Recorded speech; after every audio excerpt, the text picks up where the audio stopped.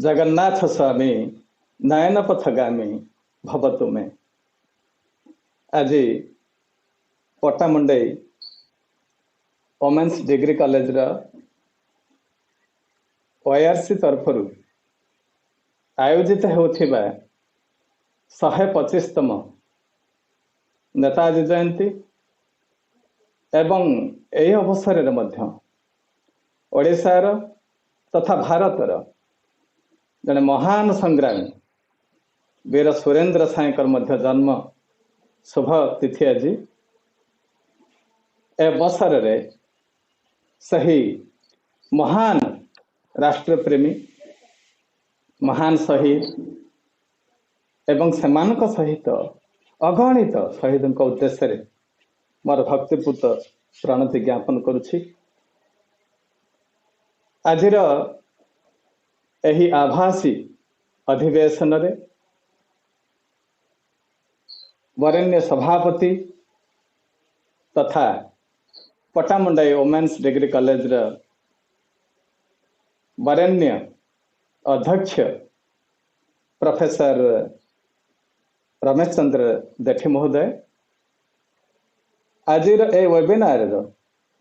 मुख्य अतिथि वरेण्य प्रतिभा professor GK मिश्र जे अछंती OIRC state coordinator. आज सभार अन्यतम मंचमान्य अतिथि प्रोफेसर अशोक कुमार दास प्रोफेसर रत्नाकर सेठी एवं आम गहन अछंती महाविद्यालय अन्यतम महामान्य अध्यापिका चिन्मयी जेना महोदय समस्त को मोर प्रणाम।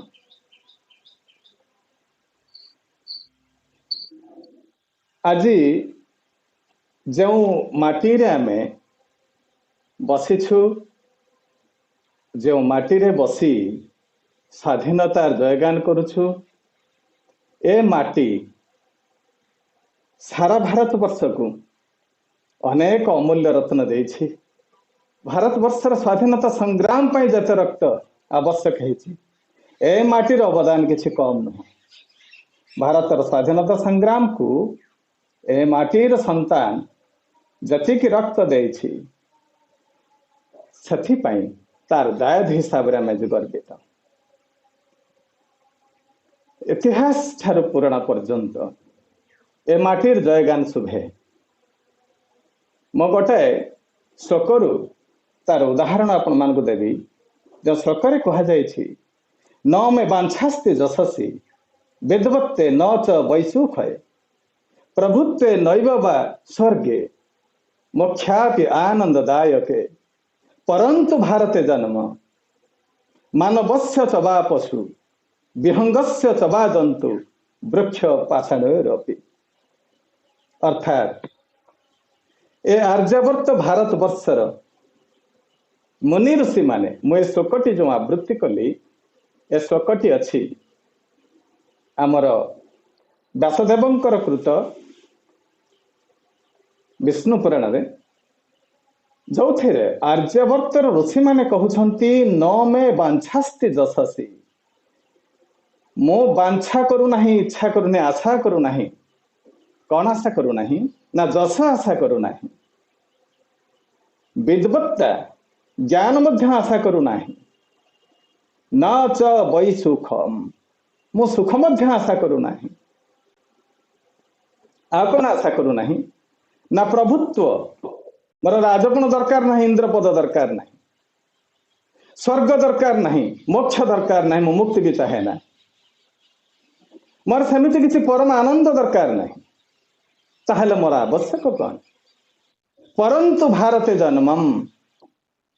किंतु मु एतिकी चाहूची हे परम कारुणिक परम नियंता सर्व कारण और जे कारण हे परमेश्वर जदि मो जन्म पर जन्म धराधाम का आसुथी यह निश्चित जे पुनरपि जन्म पुनरपि मरण पुनरपि जननी जठरे शयनम यह संसार बहु दुस्तारे प्रकृति अपार पाहि मुरारे। जदि आपणकर कृपा थिबो मु परवर्ती पर्याय पुनश्च मनुष्य जन्म हुए कि जो जन्म ना निए ताहले मते आपण एई भारत वर्षर जन्म देबे केमिति जन्म देबे परंतु भारते जन्मं मानवस्य च वा पशु जदि मोर पुण्य बल थाए ताहले मते मानव जन्म देबे जदि मोर पुण्य बल कम थाए ताहले हे परमेश्वर मते एई भारत वर्षरे गोटे पशु रूप जन्म देबे सेतिकी जदि मोर पुण्य बल नाही पशु हेबार मध्य योग्यता नाही ताहले मते आपण गोटे विहंग करिवे मैं भारत वर्षर नील गगन रे आनंद विचरण करी अथवा जदि विहंग हबार योग्यता नाही ताले छोट छोट किसी गोटे जीवजंतु मते कर दिंतु सेतिकी जदि नुहे ताले मते गोटे गछ कर दिंतु ए भारत माटी रे मु बढ़ीबी आ सेतिकी जदि नहेला हे ईश्वर मते खंडे पाषाण कर दिंतु खंडे पत्थर कर दिंतु एई माटी रे मु रहिबी ए माटीर पुण्यवान मानकर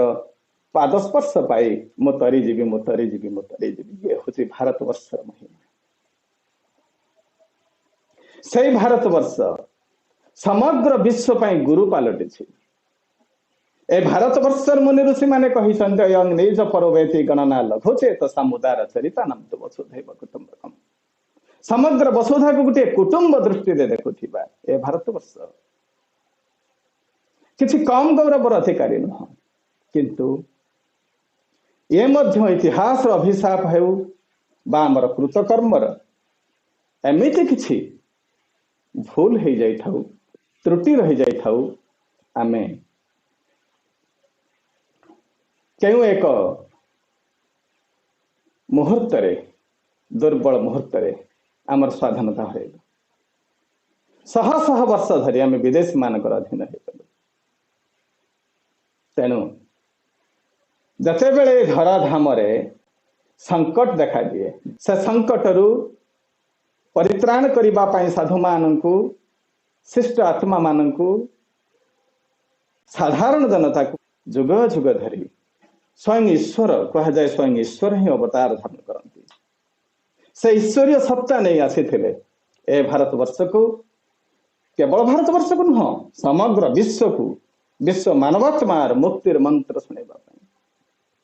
तन्मध्य थे नेताजी सुभाष चंद्र बोस आहुरी गर्वर कथा यही जो माटी ओडिशा ए ओडिशा माटी रे ए कटक जिल्लार ओडिया बजार रे जन्म ग्रहण करथिले नेताजी सुभाष चंद्र बोस 1897 मसीहा कहीगले सार कहीगले सुरेंद्र सार कहीगले रत्नाकर सार भी कहीगले यही ओडिशा माटीर कटक जिल्ला ओडिया बजार रे जन्म ग्रहण करथिले 1897 मसीहा आज दिन अर्थात 23 जनवरी पिता थिले तांकर जानकीनाथ बोस आईनजीवी जने थिले माता थिले प्रभा देवी दत्त बोस परिवार थिला बड़ यौथ परिवार एवं तांको पिता मातांकर 14टी संतान मध्यरु सुभाष बोस थिले नवम संतान कहा जाए तुलसी दुई पत्र बासे बासी थिले सुभाष बोस दुई पत्र खूब छोट बेलू एत स्वाधीन चेता तो कथा कथा के नछड़ बंधा ही जाउथिले अत्यंत जिद करथिले किंतु ए जिद ताके निज पई नथिला समस्तक पई अन्य मानक पई छोट बेले जते बेले से विद्यालय को जाउचंती पाठ पढ़िबा पई घरे तांकर किछ अभाव नाही टंका पैसार किछ अभाव नाही तांकर पिता जो जानकीनाथ बोस विख्यात वकील थे तो सी सब बेले किंतु आदब कायदा साहेबी पोशाक साहेबी ठाणी इत्यादि इत्यादि किंतु सुभाष बोस थे व्यतिक्रम जमी प्रत्येक व्याकरण व्यतिक्रम रहा स्वाभाविक तो सेमती गोटे परिवार गोटे व्यतिक्रम रहा दरकार एक जानकीनाथ बोस कहीकि निजक बुझे दौले एत पिला भर गोटे पिला व्यतिक्रम हम हौ छाड़ दियो ता रास्ता अर्थात जिते से कहती दामी पोशाक पत्र पिंधा साहेबी पोशाक पत्र पिंधा सुभाष बोस चारि पाखु देखते सांगसाथी मैंने केते दयनीय अवस्था अच्छा दारिद्र्यर कषाघात भितर चलुंट खाइबा को पाउना लुगा खंडे भल कि पिंधिबा को पाउना शिक्षा ना दीक्षा ना कि कल से परिस्थिति आगे मोर सांग मान आगे मुझे साहेबी पोशाक पिंधि एटा से प्रति अपमान हेब मु पिंधिबिनी सेमती पोशाक मु साधारण पोशाक पिंधि तेणु पिता बाध्य हुई कौन से साहेबी स्कूल रे नाम न लिखे कटक कॉलेजिएट स्कूल रे नाम लिखे मणिकांचन संजोग है भली कटक से जो कॉलेजिएट स्कूल रो प्रधान शिक्षक था बेणी माधव दास महान व्यक्तित्व माने त्यागर सत्यवादितार वीरत्वर चरित्रवत्तार जने मंत्र पूत मनीष जने थिले से प्रत्येक कथा तांकर थिला मंत्र भली एवं ताहा अति मात्रा रे सुभाष चंद्र बोस को अनुप्राणित करथिला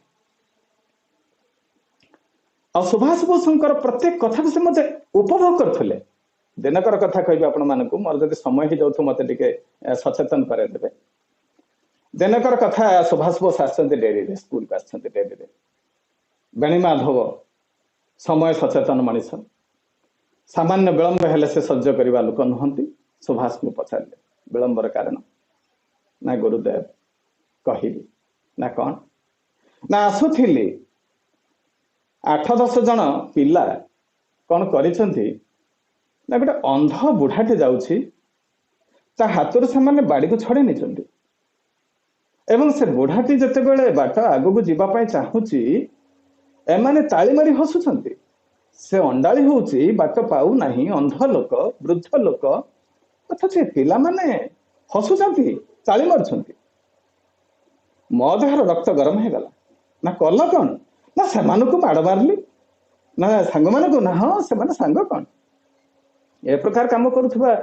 पिला मु देखिकी केमी पलि आसता मु जानी मोर विलंब हम तथापि से छाड़ेबी ना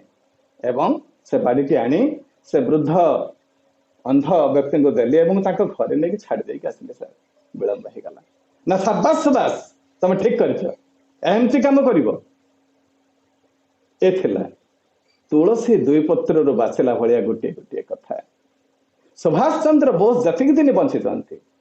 जीवन प्रत्येक मुहूर्त एमिति प्रेरणादायी किंबदंती परिपूर्ण ये किंबदंती नुह ये हूँ सत्य घटना तबे 16 वर्ष बयस जते बेले से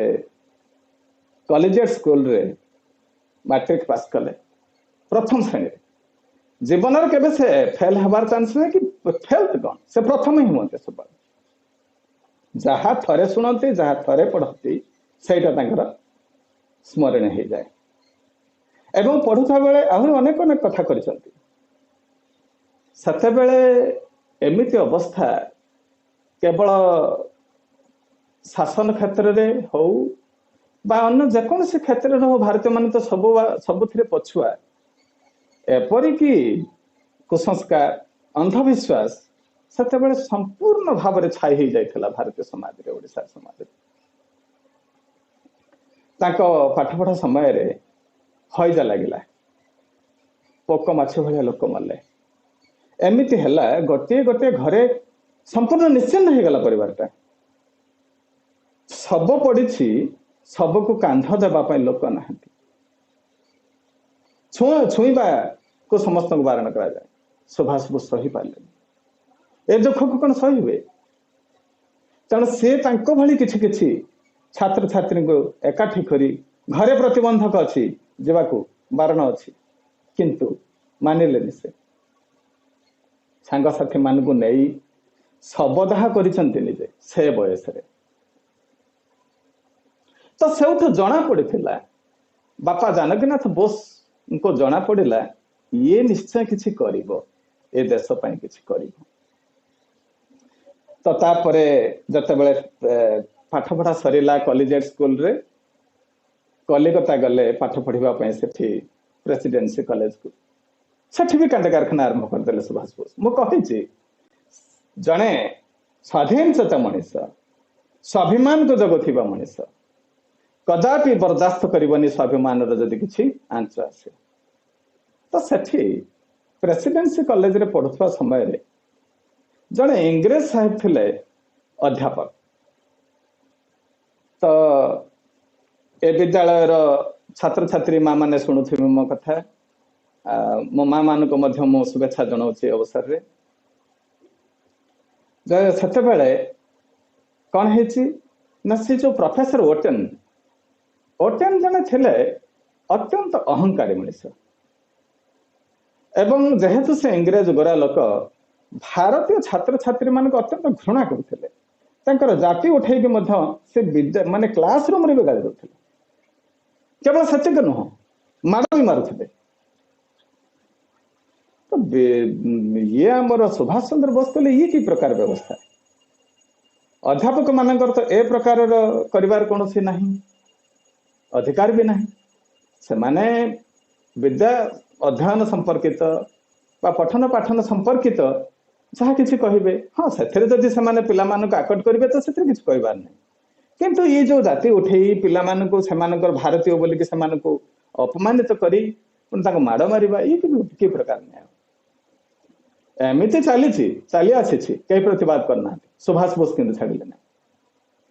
सुभाष बोस किसी पिला मानक एकजुट करी प्रिंसिपल निकट में जाइए अभियोग कले sir this is so indecent we can not resist further more mister Oaten's behaviour please control him. Principal साहेब प्रतिश्रुति देले कहले ठीक अच्छी मु आगर भी किसी अभियोग शुणी ओटेन विरुद्ध रे तो मु कहि से आप लगाइज करेंगे जाकर किंतु ओटेन साहेब क्षमा मांगले नहीं से जीद अटल देले। तो तेणु सुभाष बोस कौन कले दिने कॉलेज छुट्टी ये किसी पिला मानकु तांकर सांग पिला मानकु स्वाधीन चेता सांग पिला मानकु धरी बाटे रही लुचिक रही ओटेन साहेब को धरिले एवं से अटके माने माड़ मारिले माने से जानी पारु ना किए मार्चु बोली ओटेन साहेब एमती अवस्था है गुरुतर अवस्था है जहाँ होता ओटेन साहेब कथा खबर कागज को आसला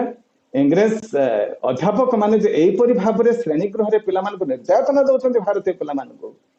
से मध्य आसला जते कान को तो ताहा बड़लाट पर्यंत कथा गला जा हो कंप्रोमाइज हेबा अवसर रे ओटेन साहेब को मध्य बाध्य होकर क्षमा मांगे पड़ला किंतु परिणति है कौन सुभाष चंद्र बोस को से कॉलेज रस्टिकेट कर दिया तो बहिष्कार कर दिया 2 वर्ष पढ़ी पारे से सुभाष बोस से दुख नाला कथा कान में पड़ा जा जानकीनाथ बोस जानकीनाथ बोस कहले मुझे जानी सुभाष या कर जहा कर किसी भूल करना बापांकर भी समर्थन था। तो सुभाष चंद्र बोस जाके स्कॉटिश चर्च कॉलेज रे पढ़िले सेठी पुणी बीए पढ़िले फिलोसफी ऑनर्स नहीं करी पाठ पढ़ा एक प्रकार सरी आसुची किंतु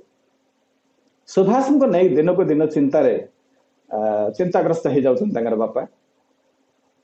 से प्रस्ताव देले सुभाष अत्यंत मेधावी आपण मानक मु कहि रखे से अत्यंत मेधावी एवं से एमिति किछि चिंतन करुथिले ताहा सबु समय शिक्षाविद मानक मध्य ऑर्डर पके दउथला। तो एक कथा तांकर जो भीतर जो आत्मशक्ति थिला तो से आत्मशक्ति आसुथिला केमिति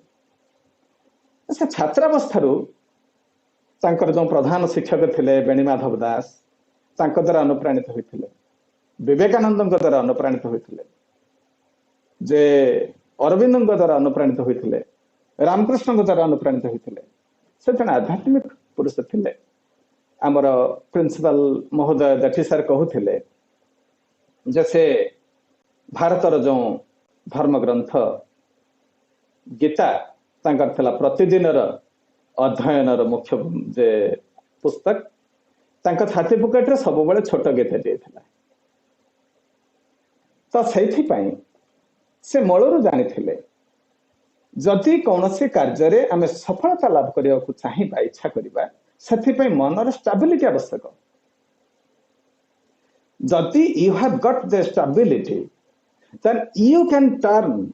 द क्राइसिस इनटू अपॉर्चुनिटीज जते क्राइसिस आसीबो संकट आसीबो ताको हम अपॉर्चुनिटी सुजोग को परिवर्तन कर देबा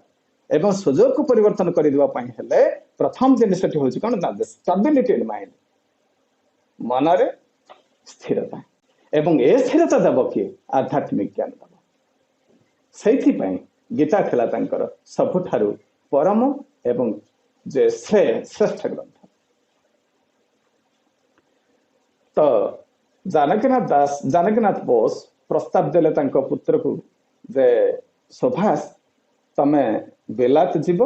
एवं सेठार आईसीएस पढ़िबो Indian service civil service Subhas Bose रोकटोक मना कर देला ना मो तक पढ़िबेनी मो से इंग्रेजी पाठ पढ़िबेनी कि इंग्रेजी साहिब हेबिनी तो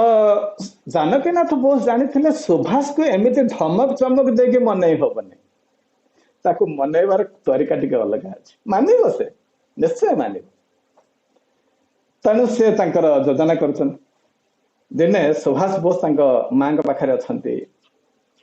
प्रभावती देवी जानते जने अत्यंत धर्मपरायण महिला थिले सकाळे उठी प्रथमे से स्वामी पाद वंदना करती तापर जाइक देवदेवी को मुंडिया मानती प्रथम अर्घ्य थाए तांक स्वामी को पादरे तो एपरी महिषी महिला थिले से धार्मिक महिला धर्मपरायण महिला थिले से सैथि पे तांकर एमिति एक सुयोग्य संतान सुभाष चंद्र बोस को से पाइथिले तो मां का पाखरे सुभाष बोस बसिचंते कथा होचंते से समय ता सुनै सुनै जेमिति सुभाष बोस देखि नांती तांको बा देखि परु नांती तो जानकीनाथ बोस सपट कहउचंती बुझिलो आम सुभाषटा एते डरकुला बोली मु जानि नथिली से डरी जाइछि आईसीएस पाठटा भारी कष्ट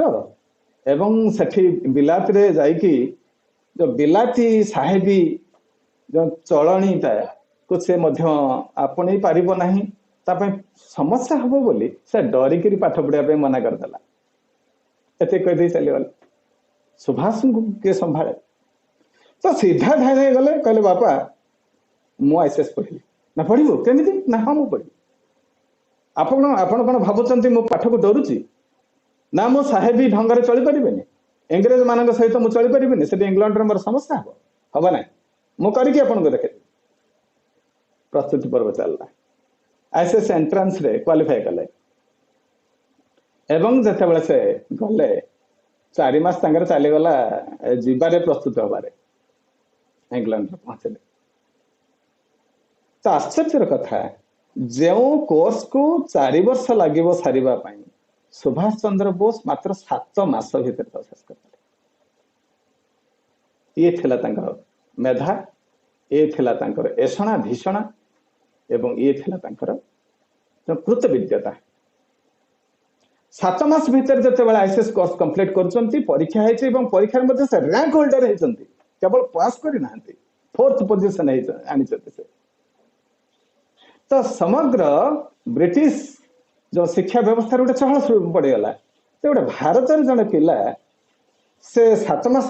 मात्र पाठ पढ़ला एवं रैंक होल्डर हो गला 4th पोजीशन पाइगला भारत को फेरला पर कटक रे तांको डिस्ट्रिक्ट मजिस्ट्रेट कर दिया जाए डिस्ट्रिक्ट मजिस्ट्रेट से होती किंतु से देखी मनीष मानकर दुख केते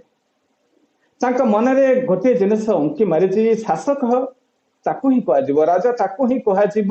जो माने प्रजार 3टा र को दूरीभूत कर जी दूरीकरण कर से रजा हम से र कौन ना रोग ऋण रिपु मनीष समाज रे 3टी होची शत्रु गोटे होची रोग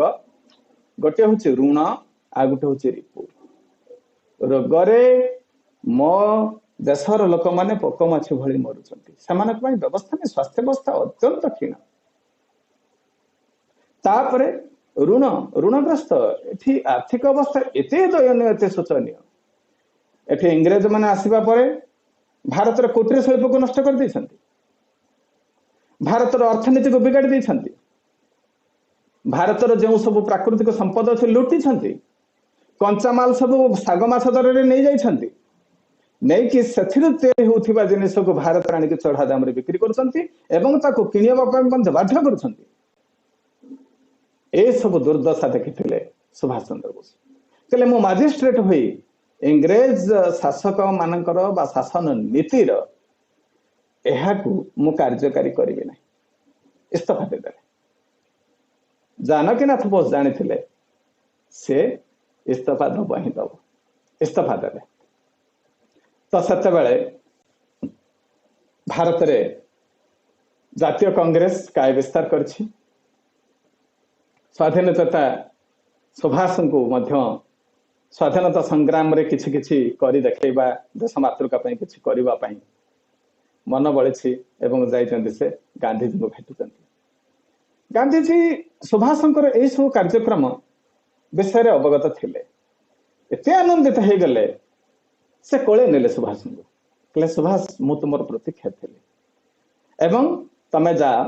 कलिकता जो अछन्ति चित्तरंजन दास से हेबे तमर राजनीतिक गुरु एवं परामर्शदाता तमे तांको अधीन रे किछि दिन काम कर 1920-21 मसियार कथाई तो सेठी जते बेले सुभाष चंद्र बोस चित्तरंजन दास के अधीन रे काम करिसंती सबु आडे देखिसंती इंग्रेज मानकर जुलम तेणु से गोटे से पत्रिका बाहर कर स्वराज पत्रिका रे देशर की प्रकार गोटे शासन व्यवस्था हवा दरकार देशर जनतार केमिति स्वाभिमान बढ़िबो ए कथा मध्य से लोक मान को बुझाई स्वराज पत्रिका द्वारा अनुप्राणित हुई युवक माने युवती माने माची उठी एवं सबुआडे सुभाष बोसंकर जयगान चली तो एथिरे अतिष्ठ हुई इंग्रेज माने मध्य तांको जेल पठे एवं से बंदी होती जते बेले से बर्मा को तांको पठा जायछि जेल दंड भोगिबा पई सेठी मते तांकर स्वास्थ्य अवस्था खराब होइछि अत्यंत स्वास्थ्य अवस्था खराब होइछि एवं से ठिया हबा पई मते आउ सांस पाइ नते एमिति ता हे जायछि रुग्ण हे जायछन्ति बाध्य हे इंग्रेज माने तांको मध्य जेल रो खलास कर देछन्ति ता परवर्ती पर्याय रे भारतीय जातीय कांग्रेस रे से सभापति भाव रे मनोनीत होइछन्ति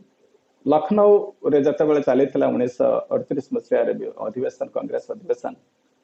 समस्त मेंबर सेठी जति थिले समस्त तांको एक स्वर रे कहले सुभाष बोस हेबे हमर जातीय कांग्रेस रा अध्यक्ष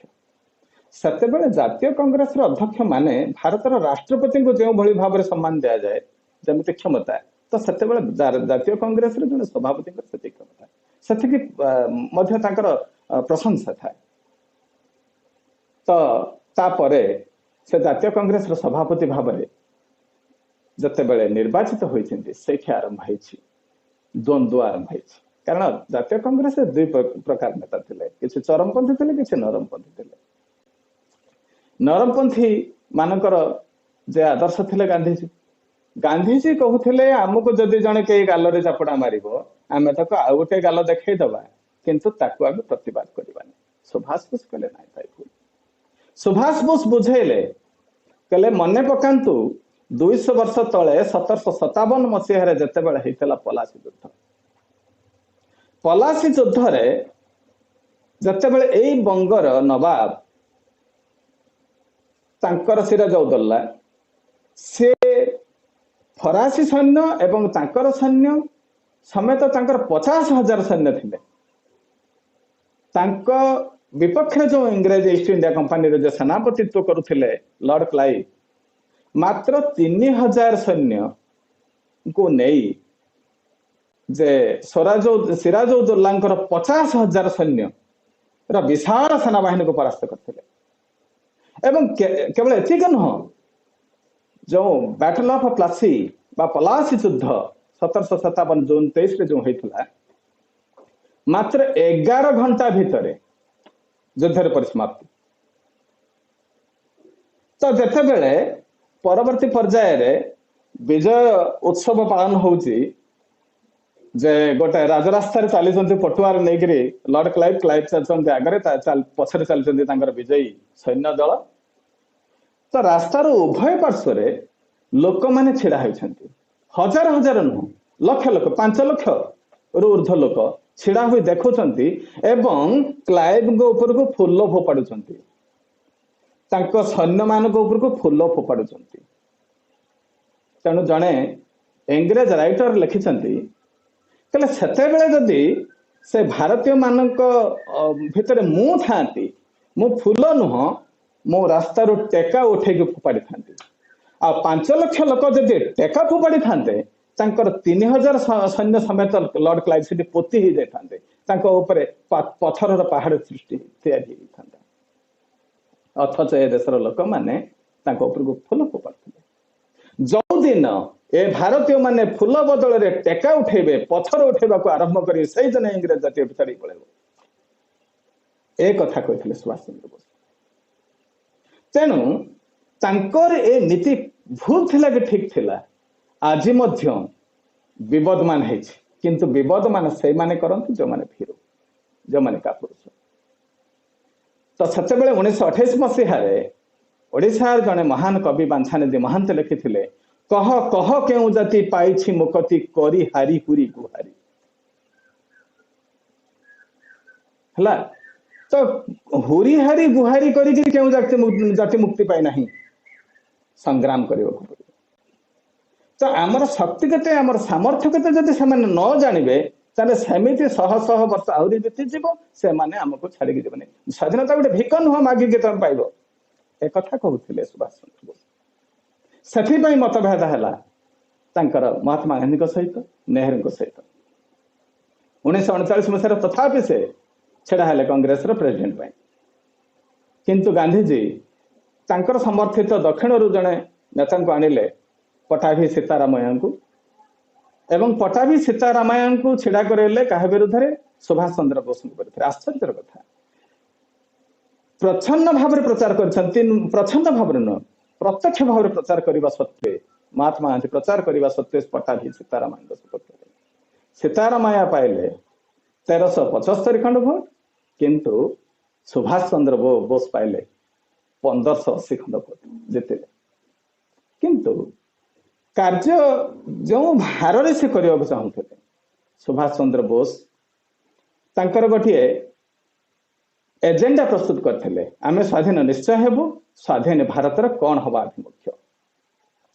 शिल्पायन थिला तांकर प्रधान लक्ष्य जो शिल्पायन को गांधीजी विरोध थिला गांधीजी कहते कुटीर शिल्प विकास घटिले देशर अर्थनीति सुधर सुभाष बोस कहते मु कुटीर शिल्प विरोध आचरण करूना मु कृषि विरोध आचरण करूना किंतु द्रुत शिल्पायन एठी हेले जमिति युद्ध विध्वस्त रूसिया से उदाहरण देछंती रूसिया जदि आज इंग्लैंड को पछरे पकई देला से समय कथा जोसेफ स्टालिन को समय कथा जे कारण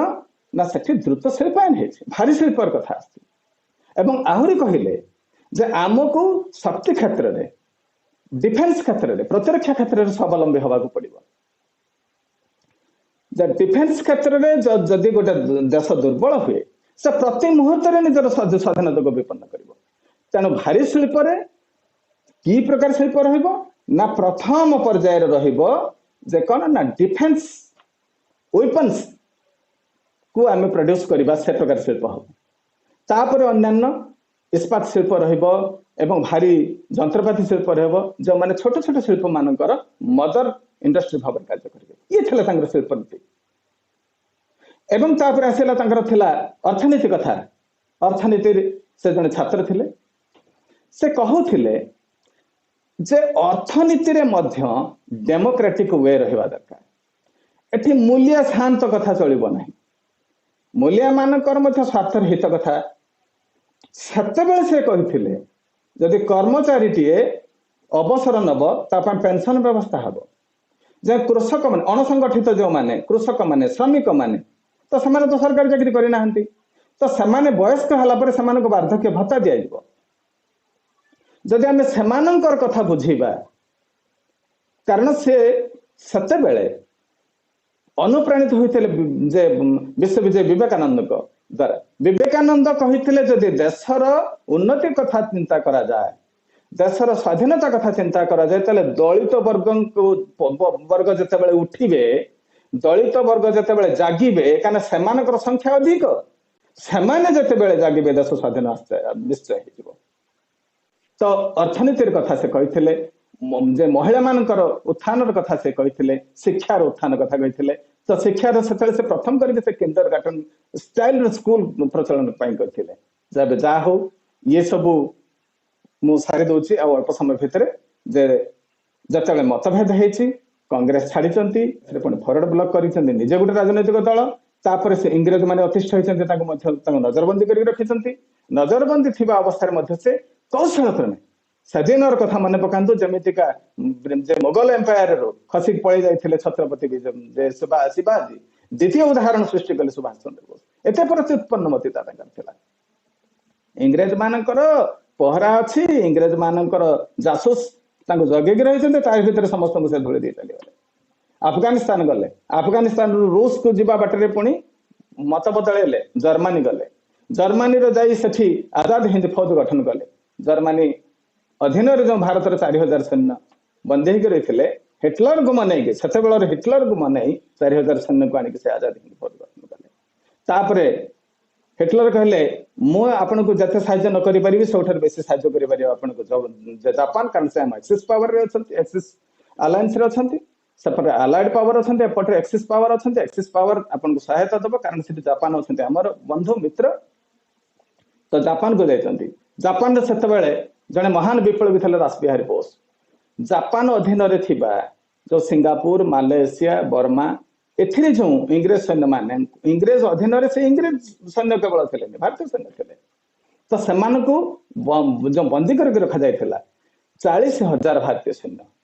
କୁ ସେଠି ଏକତ୍ରିତ କରି ରାସବିହାରୀ ବୋଷ ମଧ୍ୟ ଗୋଟେ ସୈନ୍ୟବାହିନୀ ଗଠନ କରିଥିଲେ ଏବଂ ସୁଭାଷ ଚନ୍ଦ୍ର ବୋଷଙ୍କୁ ତାଙ୍କୁ ମଧ୍ୟ ସମର୍ପଣ କରିଥିଲେ। ତ ଏମିତି ଭାବରେ 60,000 ସୈନିକ ଯୋଗାଡ଼ କରିଥିଲେ ଭାରତ ବାହାରେ ରହି ସୁଭାଷ ଚନ୍ଦ୍ର ବୋଷ। ଏବଂ ତାଙ୍କର ଯେତେବେଳେ ସେ ଡାକରା ଦେଇଛନ୍ତି ଦିଲ୍ଲୀ ଚଲୋ, ଯେ ଦିଲ୍ଲୀର ପଥ ହଉଛି ପ୍ରକୃତରେ ସ୍ୱାଧୀନତାର ପଥ, ଦିଲ୍ଲୀ ଆମକୁ ହାତ ଠାରି ଡାକୁଛି, ଭାରତର 38 କୋଟି ଜନତା ଆମକୁ ଡାକୁଛନ୍ତି, ସେମାନଙ୍କର ପରିତ୍ରାଣ ପାଇଁ ଆମକୁ ଯିବାକୁ ପଡିବ। ଆସିଲେ ସେ। ତ 1944 ମସିହା ଏପ୍ରିଲ 4 ତାରିଖରେ ଆସିକି ପହଞ୍ଚିଛନ୍ତି ଏବଂ ମଣିପୁରର ଇମ୍ଫାଲ ଠାରେ ଜାତୀୟ ପତାକା ଉଡେଇଛନ୍ତି ଏବଂ ପୂର୍ବାଞ୍ଚଳ ରାଜ୍ୟ କୋହିମା, ମାନେ ଆପଣଙ୍କର ଯୋଉ ନାଗାଲାଣ୍ଡ, ମଣିପୁର, ତ୍ରିପୁରା ଇତ୍ୟାଦି ସମଗ୍ର ଅଞ୍ଚଳକୁ ଯେ ଦଖଲ କରିନେଇଛନ୍ତି। ଇଂରେଜ ମାନଙ୍କ ଭିତରେ ଗୋଟେ ଭୟ ସୃଷ୍ଟି ହେଇଛି। ତ ଇଂରେଜ ମାନେ ଭାବିଲେ ଯେ ଇଏ କଂଗ୍ରେସ ଯେଉଁ ପ୍ରକାରର ନରମପନ୍ଥୀ ପନ୍ଥା ଅବଲମ୍ବନ କରୁଥିଲା, ତାକୁ ଆମେ ଦମନ କରିପାରିବା, କିନ୍ତୁ ସୁଭାଷ ଚନ୍ଦ୍ର ବୋଷ ସେ ଯେଉଁ ପ୍ରକାରର ପନ୍ଥା ଆପଣେଇଲେ, କାହିଁକି ଆପଣେଇଲେ ଏବଂ ତା ଦ୍ୱାରା କାହିଁକି ଇଂରେଜ ମାନେ ଭୟଭୀତ ହେଲେ ନା, ଦେଖିଲେ ଭାରତର ଯେଉଁ ସେତେବେଳେ ଇଂରେଜ ସେନାବାହିନୀ ଥିଲା, ସେଥିରେ ଯେଉଁ 25 ଲକ୍ଷ ସୈନ୍ୟ ଥିଲେ, 25 ଲକ୍ଷ ସୈନ୍ୟଙ୍କ ଭିତରେ ମାତ୍ର 40,000 ସୈନ୍ୟ ଥିଲେ ଇଂରେଜ, ଆଉ ସମସ୍ତେ ଥିଲେ ଭାରତୀୟ। କହିବାକୁ ଗଲେ ଭାରତୀୟ ମାନେ ଭାରତୀୟଙ୍କ ଉପରେ ଗୁଳି ଚଳାଉଥିଲେ, ଭାରତୀୟ ମାନେ ଭାରତୀୟଙ୍କ ଉପରେ ଜୁଲୁମ କରୁଥିଲେ। ତ ଯେତେବେଳେ ଆହ୍ୱାନ ଦେଲେ ସୁଭାଷ ଚନ୍ଦ୍ର ବୋଷ, ତମେ ଭାରତ ଉପରେ, ଭାରତରେ ରହି ଭାରତୀୟଙ୍କ ଉପରେ ତମେ ଯେ ଜୁଲୁମ କରୁଛ, ଇଂରେଜ ମାନଙ୍କର ଗୁଲାମ ସାଜିଛ, ତମକୁ ଲଜ୍ଜା ଲାଗୁନାହିଁ? ତ ସେତେବେଳେ ଚେତା ପଶିଲା। ତ ଦେଖାଗଲା ଭାରତୀୟ ମାନେ ଇଂରେଜ ସରକାରଙ୍କୁ ବିରୋଧ କରିବାକୁ ଆରମ୍ଭ କଲେ। ସେତେବେଳେ ଇଂରେଜ ଗୋଟେ ଥିଲା ଅତି ଚାଲାକ ଜାତି, ସେ କହିଲେ ଆମେ ଆଉ ଅଧିକ ସମୟ ଏମାନଙ୍କୁ ଦମନ କରିପାରିବା ନାହିଁ। ତ ତେଣୁ ସେମାନେ ଦେଖିଲେ ଯେତେବେଳେ ସେହି 25 ଲକ୍ଷ ସୈନ୍ୟଙ୍କ ଭିତରେ ବିଦ୍ରୋହ ସୃଷ୍ଟି ହେଇଛି, ଗୋଟିଏ ସୁଭାଷ ଚନ୍ଦ୍ର ବୋଷ ତାଙ୍କ ଭିତରେ ବିଦ୍ରୋହର ଅଗ୍ନି ଜଳାଇ ଦେଲେ, ତେଣୁ ସେ ଚାଲିଗଲେ। ତାର ପ୍ରମାଣ ଥିଲା ଯେତେବେଳେ, ସେତେବେଳର ମୁଁ କଥା କହୁଛି 1945 ରୁ 51 ପର୍ଯ୍ୟନ୍ତ ଇଂଲଣ୍ଡର ଯେଉଁ ପ୍ରଧାନମନ୍ତ୍ରୀ ଥିଲେ କ୍ଲିମେଣ୍ଟ ଅଟଲି, ଯିଏ ଭାରତୀୟ ସ୍ୱାଧୀନତା ସଂଗ୍ରାମ ପତ୍ରରେ ସ୍ୱାକ୍ଷର ଦେଇଥିଲେ, ଯେତେବେଳେ 1956 ମସିହାରେ ଭାରତକୁ ଆସିଥିଲେ, ତାଙ୍କୁ ପଚରାଗଲା ସେତେବେଳେ ଯୋଉ ଯେ ଆମର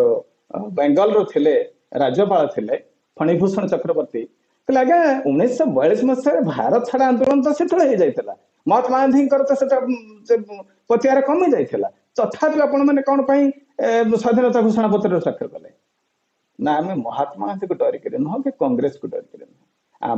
ଆମର ପ୍ରକୃତ ଭୟ ଥିଲେ ସୁଭାଷ ଚନ୍ଦ୍ର ବୋଷ। ସେ ଯେତେବେଳେ ବିଦ୍ରୋହ ଆରମ୍ଭ କରିଦେଲେ, 78ଟା ସିପରେ ଭାରତୀୟ ସେନା ମାନେ ତାଙ୍କର କମାଣ୍ଡର ମାନଙ୍କୁ ମାନିଲେ ନାହିଁ। ସବୁଆଡେ ଭାରତୀୟ ସୈନ୍ୟ ମାନେ ଇଂରେଜ ମାନଙ୍କୁ ବାଧ୍ୟ କଲେ, ତମମାନେ ଜୟ ହିନ୍ଦ କୁହ। ତ ଆମେ ଭାବିଲୁ सुभाष चंद्र बोस जो 1945 मसीह दुर्घटना घटला कहुए इतिहास 1945 मसीहा अगस्ट 8 तारिख दिन ताहा केते दूर सत्य ताहा विचार सापेक्ष बर्तमान कमिशन पर कमिशन केते कमिशन बीतीगलानी ताहा निश्चित है तबे से जा हो से एक षड्यंत्र तबे एमती जड़े नेता थे जन्मतिथि अच्छे मृत्यु तिथि ना से सबुदिन मोर तबे जा हो तो यही कारण भारतीय माने स्वाधीनता लाभ कर सबुठ बड़ गोटे अवदान थिला सुभाष चंद्र बोस तो से मोर समय तो सरी आसला मु आज से वीर सुभाष चंद्र बोस पाद पद्म